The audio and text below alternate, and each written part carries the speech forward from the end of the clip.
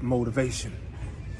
My brother Coop used to coach me in basketball. Nathaniel Cooper wanted me to do a video about self-motivation. So I told him when the opportunity presents itself, you present yourself. Because we never know when we never have another chance to do what we're doing right now. So self-motivation, what does that mean to me? That means that you gotta look inside your heart. You gotta look inside your mind.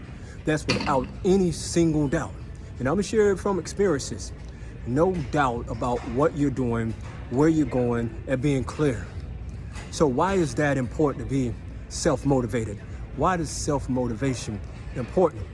Because you can't depend on anybody else to get it to you, to get it for you. You can't buy it from a Costco. You can't buy it from a Sam's Club. You can't buy it from a Kroger. You can't buy it. It has to come from within.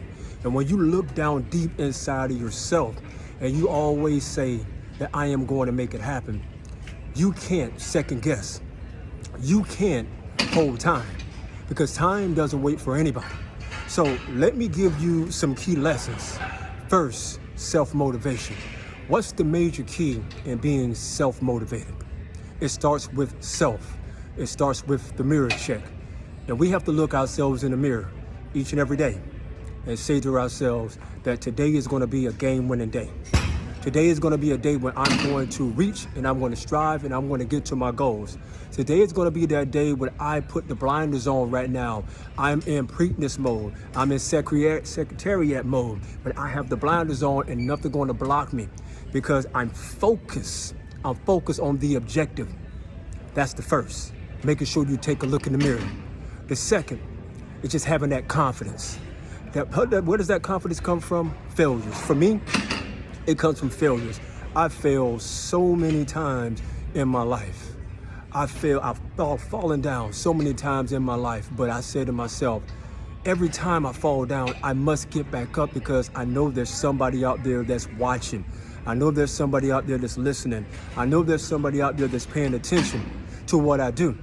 It's not about me because I take a look at the greats of this world and I look and see that they fail. So if you want to be one of the great ones, fail. If you want to be one of the phenomenal ones, fail often. If you want to be extraordinary, fail 1,000 times because it's that one time that you go out there, do what you got to do, and you succeed. That's number two. Number three, will. Have that will that's stronger than steel. I'm going to share a story with you. When I was coaching basketball over in the Marine Corps back in Okinawa, Japan, I had teams. I had a male team, I had a female team, and I had youth team. But then I said to myself, I want to make sure that I start from the bottom and I work my way up. So when it came down to me, I went in recruiter mode. I started recruiting talent. If anybody knows anything about the Marine Corps, you PCS, so you go from duty station 2 years, 3 years at a time. So there was a team called Rebound that I had, but Rebound wasn't the first team. The first team was called Street Kings. So the Rebound team that I had, because everybody on that team, Street Kings, left. Some left PCS, some left and went to a greener pastures, what they call greener pastures. But I said to myself, I have to will myself to build something extraordinary.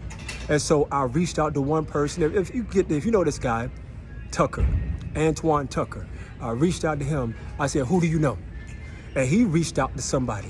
Because all it takes is one person that believes in you. And Tucker believed in me. He said, Coach, I'll play for you. And then I said, well, who do you know? He reached out to an Andre Thomas. Who do you know? He reached out to a Pollock. Who do you know? He reached out to a Tony. Now, who do you know? And the last person was named Blackwell, Kenny Blackwell. We had a team that dominated. Why? Because it starts with one person, and then you surround yourself with more people that want what you want. And you have a collective, there's nothing going to get in your way. So have the heart, the will, the drive, and the hunger to go out there and be self-motivated. It's all about being a self-starter. The engine's not going to start itself. Somebody has to. If you have a push to start, somebody has to get their finger, take action, and push that button. So now, maybe I'm pushing some buttons right now. Maybe I'm stepping on some toes right now. But I'm going to step on my own toes because there's still so much more for me to do. So shout out to Nathaniel Cooper. I appreciate you. I told you I was going to do this. Didn't know where I was going to do it. Didn't know it was going to be in the gym. But whenever I have a moment, whenever I have time, whenever it's on my heart and my spirit, I got to go out there, I got to get it done.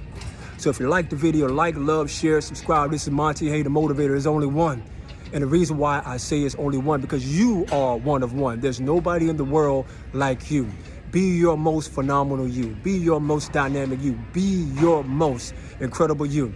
Look in the mirror, check yourself, and go out there and will yourself to greatness. God bless, God keep. To God be all the glory.